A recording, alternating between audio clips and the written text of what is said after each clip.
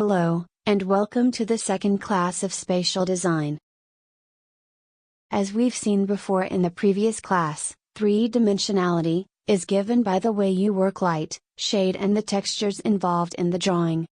When you go from manual rendering to digital rendering, the principles used are all similar. The tools, however, are different. Let's start with shadow.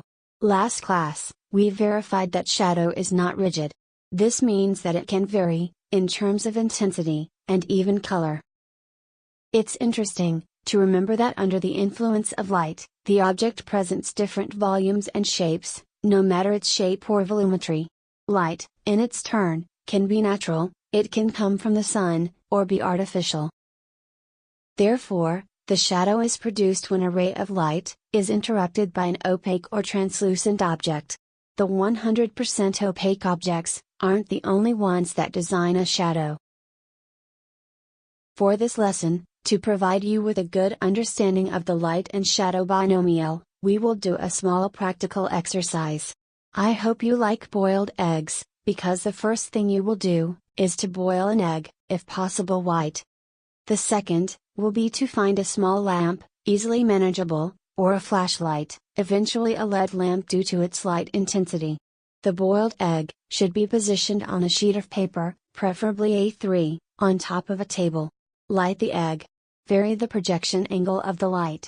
Notice what happens to the projected shadow. Observe the image in attachment. Compare it to what's going on with the shadow projected by your egg. Here, we are using an artificial light source. What happens if the light source is the sun? As we know from our daily experience, the sunlight varies its projection angle, depending on the time of day, and the geographic place where we stand. The number of clouds and other factors that influence the sunlight, at a ground level, must be taken into consideration, when we're working outside relying on natural light. The results will be different from the ones you get with artificial light. At last, get two equal sources of light. Put them over the egg, in an angle of 45 degrees, the vertical should be drawn from the center of the egg. Take a picture and check the results. The shadow disappears and the three-dimensionality is lost. What is the best definition of texture? In our opinion, is the coating of a surface, which is possible to be seen or felt. Have a good look at the following images. The examples are part of our daily basis. The first image is of a wrinkled surface easily detectable by touch, but with a surface easily identified by sight. In the second image, we see that in the case of products that belong to the fabric category, whose bond between fibers consists of a knot, are usually detected by touch and sight. The problem with the representation of textures by a manual process is extremely complicated, and it's associated with scale representation. However, there is a warning: it is better use the stain transmitted by the texture, than to make a poor reproduction of the so-called texture. It sounds easy, and it is, if we are careful enough to choose well the materials we work with, and the observation of the object is carefully done. Let's go back to the egg exercise and change its surface. Put the egg on a leaf, this time on a red color leaf for example. Illuminate the egg, move away from the light source, and check what is going on with the shadows and color of the egg. We shall mention just a few manual tools. The first consists of the material we will use to express our ideas. The paper is used the most nowadays. With several thicknesses, and various levels of material absorption with which we draw, the choice is enormous. However, the use of a national or foreign Cavallini paper may be a good first choice. The graphite will be the tool presented to you next. I will start by telling you that constitutes the core of the pencil, and it can have several hardnesses and colors. First of all, charcoal comes in different ways and forms. This is called vine charcoal. The top is round, it's very, very delicate, and you can always break it into pieces. There's something called compressed charcoal, which is more of a square shape. It's much harder, and it's much darker. So what I suggest when you use charcoal is to just experiment with the material first.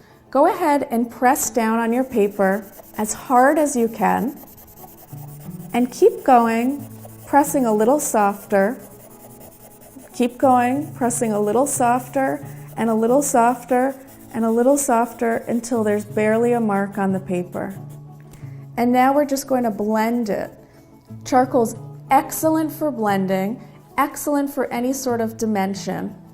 And so we take our fingertip, and we just very lightly rub right over the charcoal. So you can see that you can create different gradations of tone. Check out the diagram with the hardness scale from the first class. Finally, let's talk about the felt tips. The amount of tools to express our ideas are enormous. Here, we will only focus slightly on some, perhaps the most popular for not requiring great techniques of preparation and use. The felt tips are very popular, allowing a fantastic range of colors and, without a great effort, to establish a huge palette of colors. On the other hand, its cost is relatively low. You must research, and experience as many as possible, in order to adopt the technique you find best to your way of working. We hope you haven't eaten your nice white egg yet. Put it on a white sheet. Illuminate the egg at 30 degrees, with the surface of the leaf at about 60 centimeters from the egg. Using a working tool of your choice, and the colors black and cyan, draw the egg and its shadows. We hope you enjoy the unit of spatial design. See you next class.